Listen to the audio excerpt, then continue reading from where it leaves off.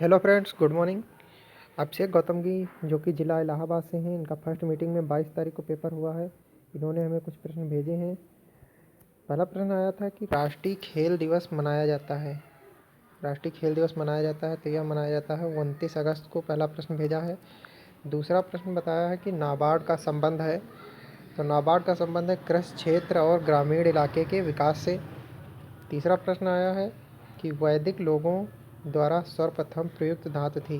वैदिक लोगों द्वारा सर्वप्रथम प्रयुक्त धातु लोहा थी।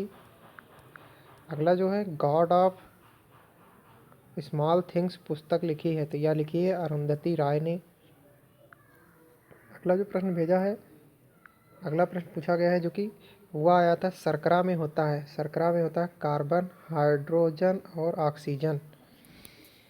जो अगला प्रश्न पूछा गया है वह पूछा गया है कि किसी स्थान पर ज्वार भाटाओं में कितना अंतराल होता है, तो वह होता है 12 घंटे 26 मिनट का अंतराल होता है। अगला प्रश्न जो आया है वह आया प्राक्कलन समिति के सदस्य चुने जाते हैं, तो प्राक्कलन समिति के सदस्य केवल लोकसभा से चुने जाते हैं। अगला प्रश्न आया है कि भारतीय विदेश व्यापार संस्थान स्थित है, तो यह स्थित है नई दिल्ली में स्थित है।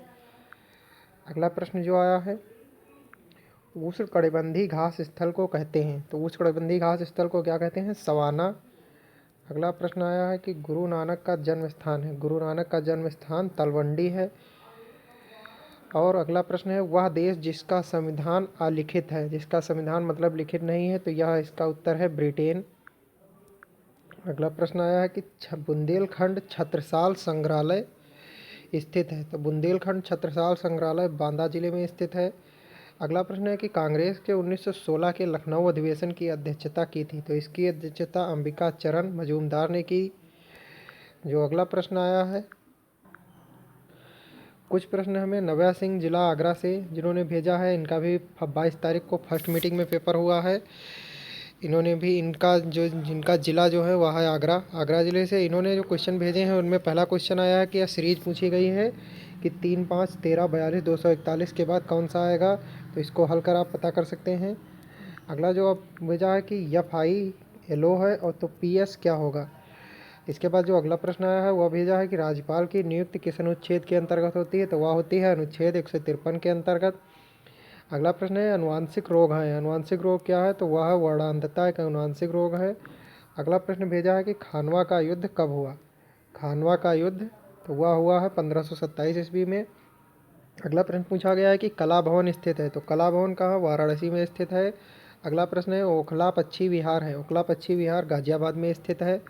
अगला प्रश्न पूछा गया है अंगूठा दिखाना मुहावरे का अर्थ है, अंगूठा दिखाना मुहावरे का अर्थ इसका पता कर लीजिएगा क्या है। अगला है कि सांप को दूध पिलाना मुहावरे का अर्थ पूछा गया। फिर पूछा गया गबन के रचनाकार, गबन के रचनाकार प्रेमचंद जी हैं। अगला प्रश्न पूछा गया है कि आकाश में विचरण करने वाले को नभचर कहते हैं। अगला जो प्रश्न है वह देश जो अब भी राजा के द्वारा शासित है, वह देश जो अब भी राजा के द्वारा शासित है वह है ब्रूनोई। अगला प्रश्न पूछा गया बायोगैस का मुख्य घटक है, तो बायोगैस का मुख्य घटक है मीथेन। अगला प्रश्न पूछा है कि पंचायती राज किस सूची में है, तो पंचायती राज राज्य सूची में है। और कुछ प्रश्न हमें यहाँ पर संदीप कुमार जी ने जो कि ज़िला लखीमपुर से हैं उन्होंने हमें भेजा है। संदीप कुमार जी ज़िला लखीमपुर से हैं, इनका पेपर मॉर्निंग शिफ्ट में हुआ है। इन्होंने हमें कुछ प्रश्न भेजे हैं कि वर्नाकुलर एक्ट किस विषय से संबंधित है, तो वर्नाकुलर एक्ट जो है यह प्रेस से संबंधित है। अगला प्रश्न भेजा है कि महात्मा गांधी के राजनीतिक गुरु हैं, महात्मा गांधी के राजनीतिक गुरु हैं GK गोपाल कृष्ण गोखले। अगला प्रश्न पूछा गया है कि पुलकेशिन द्वितीय किसके समकालीन था, पुलकेशिन द्वितीय जो था वह हर्षवर्धन के समकालीन था, आपको पता होगा। अगला प्रश्न पूछा गया है कि बुडापेस्ट शहर किस नदी के किनारे पर स्थित है, तो बुडापेस्ट शहर जो है वह है डेन्यूब नदी के किनारे। बुडापेस्ट शहर यह लंदन में है और डेन्यूब नदी के किनारे है, तो बुडापेस्ट पूछा गया है। और पूछा गया है कौन सा क्षेत्र वर्ष भर हिमाच्छादित रहता है, तो कौन सा क्षेत्र वह है टुंड्रा प्रदेश वर्ष भर हिमाच्छादित रहता है।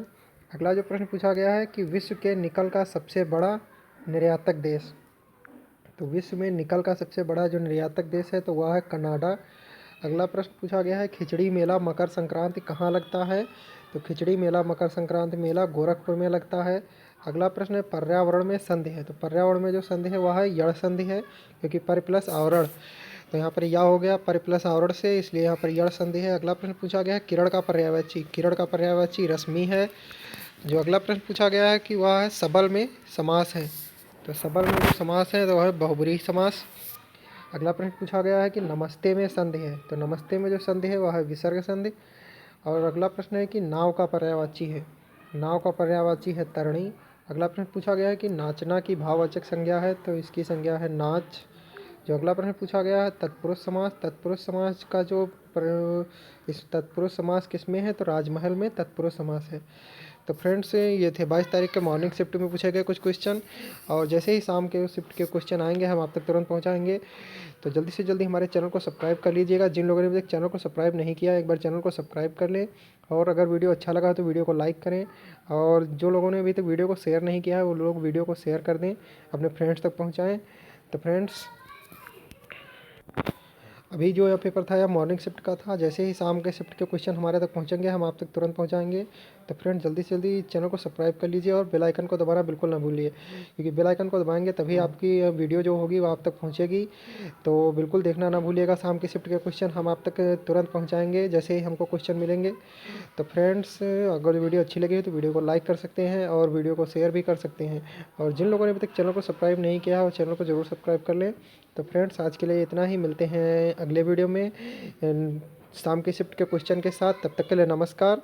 फ्रेंड्स आपका पेपर अच्छा हो यही हम कहते हैं, क्योंकि सुबह की शिफ्ट का जो पेपर है बहुत ही अच्छा आया है, और लोगों ने जो अपने कमेंट्स बताए हैं तो उनके हिसाब से पेपर उनका बहुत अच्छा हुआ है। और शाम के शिफ्ट का भी पेपर बहुत अच्छा होना चाहिए, क्योंकि आप लोगों को जो क्वेश्चंस हैं उसमें से पता चल गए हैं आप लोगों को। तो आप लोग इन क्वेश्चंस हमें आप पूरी आशा है कि आप लोग इन क्वेश्चंस को पढ़ के जाएंगे और याद करके जाएंगे, और इनसे जुड़े भी जो भी प्रश्न हैं उन पर भी आपकी पूरी पकड़ होगी।